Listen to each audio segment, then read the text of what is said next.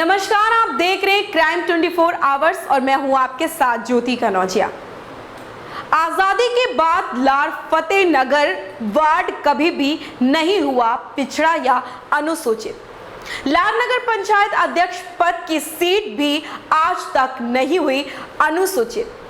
Fatehnagar ward में 1700 के आसपास है वोटरों का संख्या। 40% सामान्य तो 60% है पिछले वर्ग के वोटर।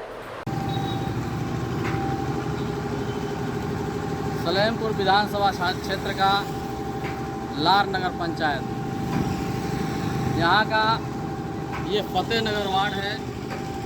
फतेहनगर वार्ड की कुछ जनता हमारे साथ है। उनका ये कहना है कि आज़ादी के बाद से, जब से भारत देश आज़ाद हुआ 1947 के बाद, फतेहनगर वार्ड को सामान्य से हटाकर कभी पिछड़ा नहीं किया गया।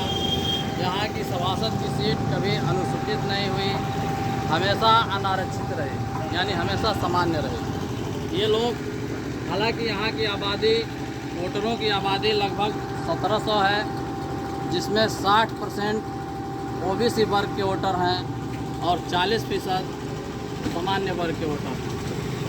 60% ओबीसी वर्ग का वोट होने के बावजूद भी यहाँ की सभासद की सीट कभी पिछड़ा नहीं हुआ। चुनाव आयोग को इस पर विचार करना चाहिए। कुछ लोग हमारे साथ हैं, हम उनसे जानेंगे कि इनकी क्या मांगे हैं। क्या नाम है आपका?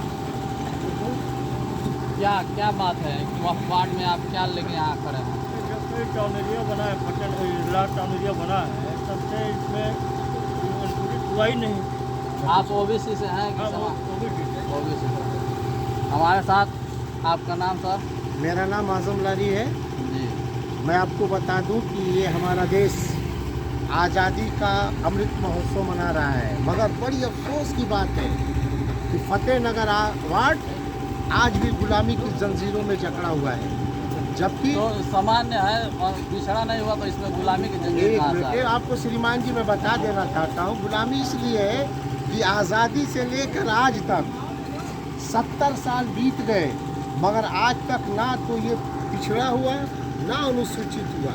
अच्छा, अनुसूचित की भी कुछ आबादी है यहाँ? जी हाँ, 2 घर है, धोबी बिरादरी की 2 घर है, मैं मानता हूँ, मगर 60% पिछड़ी होने के बावजूद कभी सामान्य पुरुष होता है, कभी सामान्य रहता है, कभी महिला होता है। कभी भी सरकार की नज़र इधर पहुंची ही नहीं कि पिछड़े वर्ग के लोग भी समाज सेवा करना चाहते हैं। बड़ी अफसोस की बात है। आप सामान्य वर्ग से आते हैं और ओबीसी से? जी, मैं सामान्य वर्ग से आता हूँ, मगर आपको इस बात की क्या चिंता है? आपको सामान्य वर्ग से आता है, ओबीसी नहीं होती, तो आपको तो अच्छा होना चाहिए। अच्छा आपके कहने से होगा। हक किसी का मत मारिए। जहाँ पे हक मारा जाता है वहीं पे लोग जो है बिगड़ते हैं, वहाँ पे जो है बुराइयाँ फैलती है।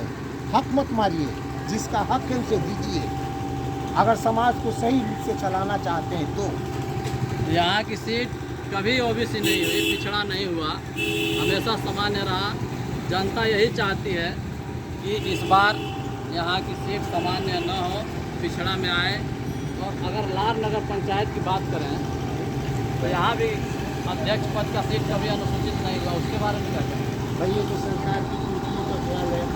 आज तक मैंने पिछड़ा हुआ, सामान्य हुआ, कभी सामान्य हुआ, कभी पिछड़ा हुआ, मगर उनका भी तो हक होता है ना।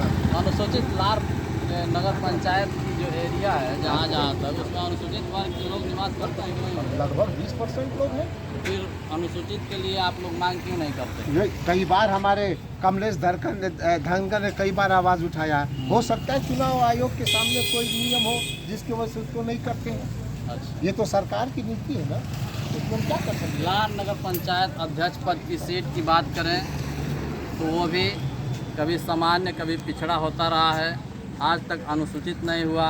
और जिस वार्ड में हम खड़े हैं, इस वार्ड का नाम है फतेहनगर वार्ड। इस वार्ड में हमेशा सीट अनारक्षित ही रही है, सामान्य ही रहा है, कभी पिछड़ा नहीं हुआ।